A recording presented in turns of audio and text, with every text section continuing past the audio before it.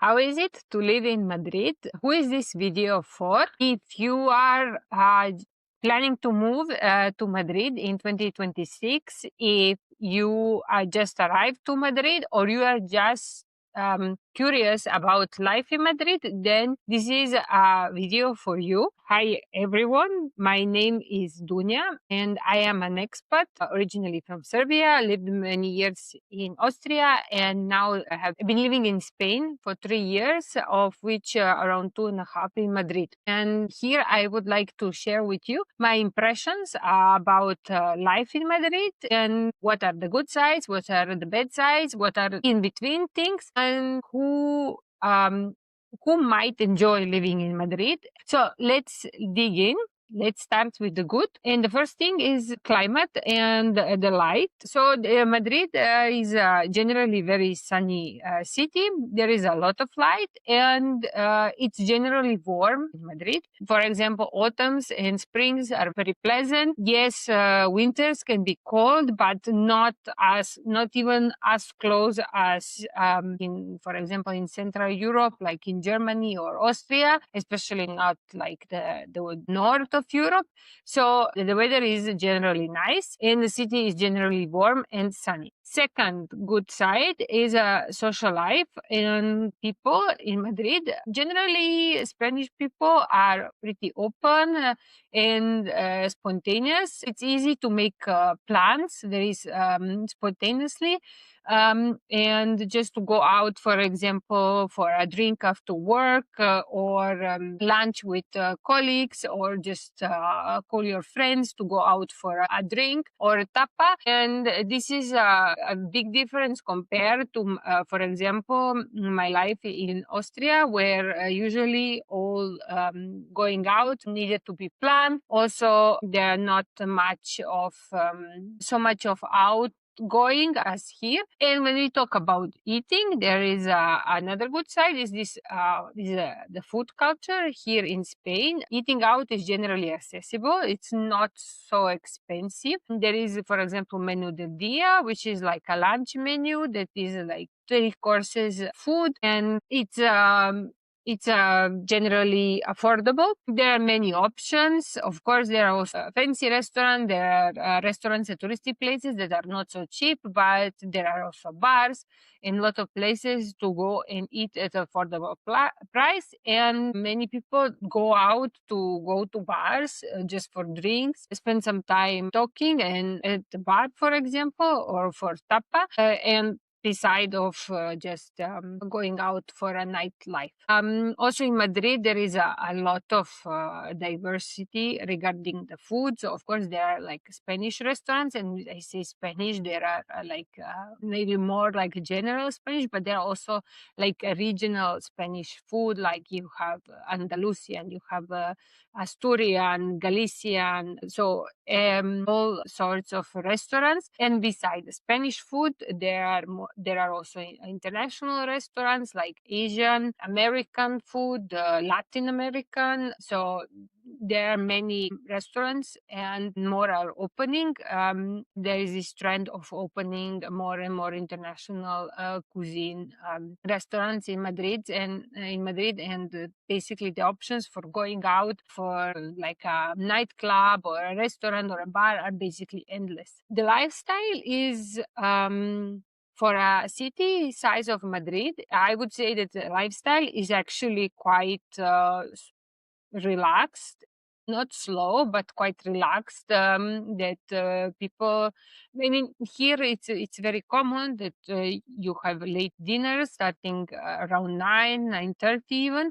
And it's very common that people after work, they go for a drink or tapa, so that there is a lot of life going on the streets during the weekdays. And like Sunday night, for example, there are a lot of things going on, which is, for example, for again Central European countries, it's not very common. It's more common that on the weekdays or Sunday evenings, everything closes relatively early, and people are just preparing, having dinner at home with their families, and they're just preparing for the next working days, which in Madrid is not the case. And generally in Spain, people go out more in the evenings and spend more time with friends. And besides having a drink with the friends, there are also many things happening. Of course, options like for going out are basically endless. There are a lot of exhibitions, cultural events, like there are of course theaters, cinemas, and beside that, there are sport events. Here, of course, football is the most popular sport. There is, for example, Real Madrid, but there are also several other football clubs in Madrid. But Real Madrid is the most famous one, the biggest stadium.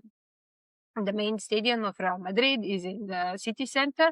Next thing, there are lots of parks and green areas. I heard some people maybe a bit complaining about this, how there is not enough of green areas and places to go. I think for a city of this size, there are quite a bit of things. For example, in our neighborhood, which is just a little bit outside of the city center, we have 2 or 3 parks just walking distance, like 10 minutes walk from our home. We even have one park just behind our building. So there are a lot of green areas, also playgrounds for kids and just for walking and doing some sports. There are also some like football, small fields or basketball fields. So there are quite a bit of options. And of course, in the city center, even though there are maybe not many parks, there is a huge park like Retiro.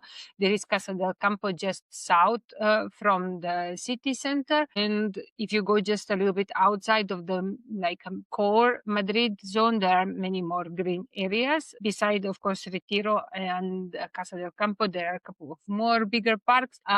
Also, what the city is doing, they are basically now the areas that were highways and big roads, like now where Madrid Rio is, for example, in the south.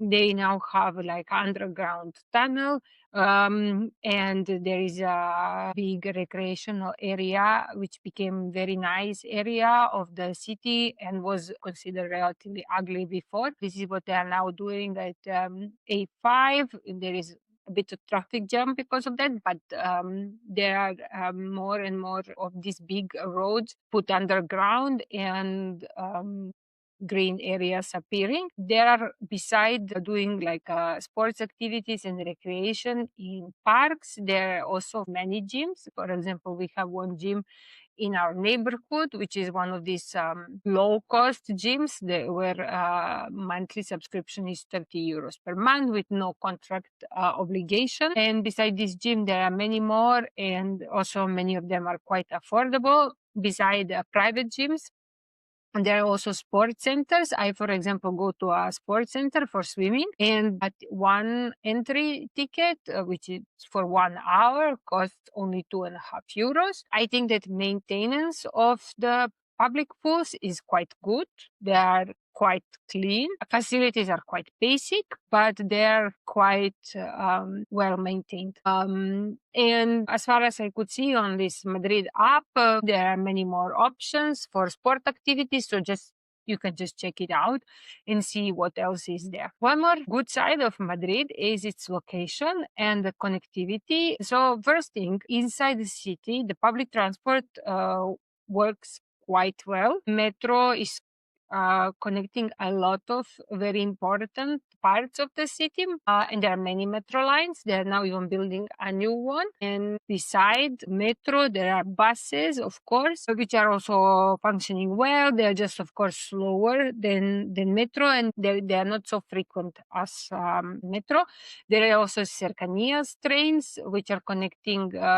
You can also use it to go throughout the city, but it's more like for connecting the core city zone with towns around Madrid, around the central zone of Madrid. And you can actually walk throughout quite a lot of areas. Like, for example, if you are interested in the main touristic attractions, you can actually, by walking, you can see quite a bit, but public transport is also very good, and you can use it to go further away from the core city center. What is also good about Madrid is basically in the center of Spain and Iberian Peninsula. And from Madrid, if you for example, would like to explore Spain, Madrid is excellent point because yes, Madrid is in the center, and there are trains that are connecting Madrid with the rest of Spain. You can go to Valencia, Catalonia, to Barcelona in 2 3 hours, more or less, and to Sevilla in a bit less than 3 hours. Granada, Malaga, Galicia. It's relatively easy to reach by a fast train, for example. If you would like to travel around the world, Madrid is also a great place to be because Madrid has a huge airport, and this airport is connecting you with basically the whole Europe, North America, South America. There are also many flights to Asia. So this is a great place to be also if you like to travel outside of Spain. And the flights can be relatively affordable, if not even cheap, depending on the company, of course. So now let's go to the challenging stuff. I would like also to ask you, what do you like about Madrid? What surprised you the most about Madrid when you moved in? Or would you recommend Madrid? Share your thoughts, experiences, comments, and disagreements. And I would also like to invite you to like and subscribe to my channel. I also have Instagram account, and I also have a Buy Me a Coffee account called Miss Expat Spain. So check them out as well, and see you the next week. Thank you for being here. Bye.